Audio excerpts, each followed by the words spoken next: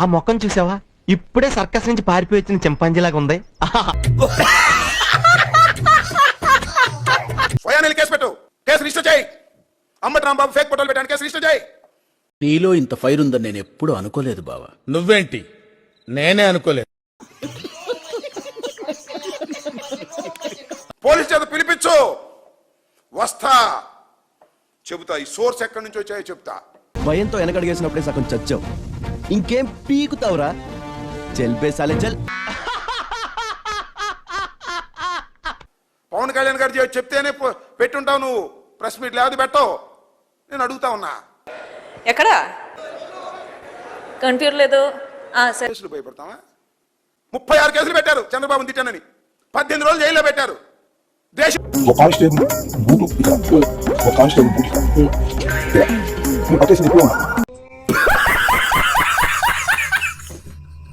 Fake ఫోటోలు పెట్టాను, క్షమాపణ చెప్పమని కోర్టులో చెప్పమని అడుగుతున్నావు కదా. కోర్టుకు వస్తా, పోలీస్ స్టేషన్కి వస్తా. కథలు చెప్పడానికి నేను హరిదాసుని కాదు, చంపక్ దాసుని. నేను పరేషాన్ చేయట్లా, ఫైనాన్స్ చేస్తున్నాను. పెట్టు, కేసు పెట్టు. ఒక ఆయన చోటా మోటా నాయకుడు జనసేన ఆయన అంటున్నాడు కేసులు పెడతామని. ఉంది కదా గుల్ల వాగకు.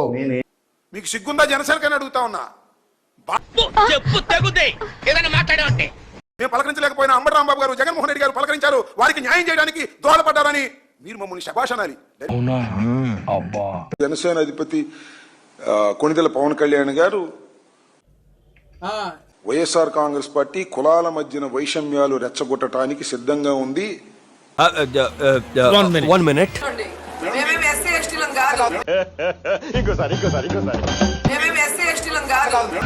ఇప్పుడు ఎక్కడ కొట్టాలరా నిన్ను? అంటే అది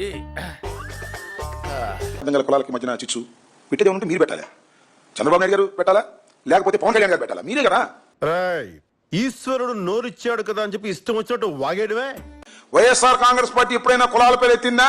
మేమిత్తే. Hats off, ఒప్పేసుకున్నావు. నటనలో నీ తర్వాత ఎవడైనా కులం పేరు చెప్పి మోసం చేసినటువంటి వ్యక్తి ఎవరైనా ఉన్నారంటే అది జనసేన అధిపతి పవన్ కళ్యాణ్ గారు తప్ప మరొకరు కాదనేది నా అభిప్రాయం. ఓహో, అంటే ఇప్పుడు ఈ పాయింట్ మీద కూడా నన్ను ఉతుకుతావా?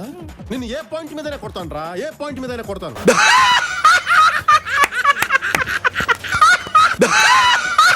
ఇప్పుడు కట్నాలు లేవు కానీ పూర్వం కట్నాలు ఉండే.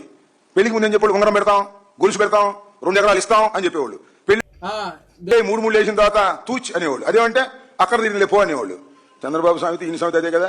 అంతకుముందు అలాంటివి మీరు మాట్లాడితే కామెడీగా ఉంటదన్నా.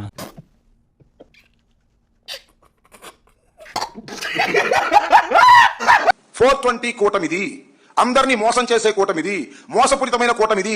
అదే మా అభిప్రాయం. ప్రజలు చాలు చాలు బాబు, నాటకాలు చాలా చూసాములే మేము. ఇవాళంతే మోసం దగా ఏదైనా ఉన్నారంటే ఈ భారతదేశంలో చంద్రబాబు నాయుడు గారిని మించిన మోసం దగా చేసేవాడు ఎవరు లేరు. ఇది కేవలం పొగరు, కొన్ని ఏరియాల్లో దీన్నే బలుపు అని కూడా అంటారు. ఏం చేశారాయా చంద్రబాబు నాయుడు గారు, మీరు ఏమైనా చేశారంటే అన్ని చేశారంటారు. నమస్కారం. ఏమంటారు దీన్ని చెప్పండి చంద్రబాబు నాయుడు గారు? ఈ ముఖ్యమంత్రి 420 ముఖ్యమంత్రి. నీ గురించి విన్నాను, కొంచెం కొవ్వెక్కువని. కానీ ఇప్పుడు చూశాను, కొంచెం కాదు చాలా ఎక్కువ. మీ బ్రాండ్ ఏంటి? మాట తప్పటం, మనం తిప్పటం, 420గా ముద్రపడటం మీ బ్రాండ్. ఆ మాట నువ్వు చెప్పకూడదు. ఎందుకు చెప్తున్నావు? ఆ మాట నువ్వు చెప్పకూడదు.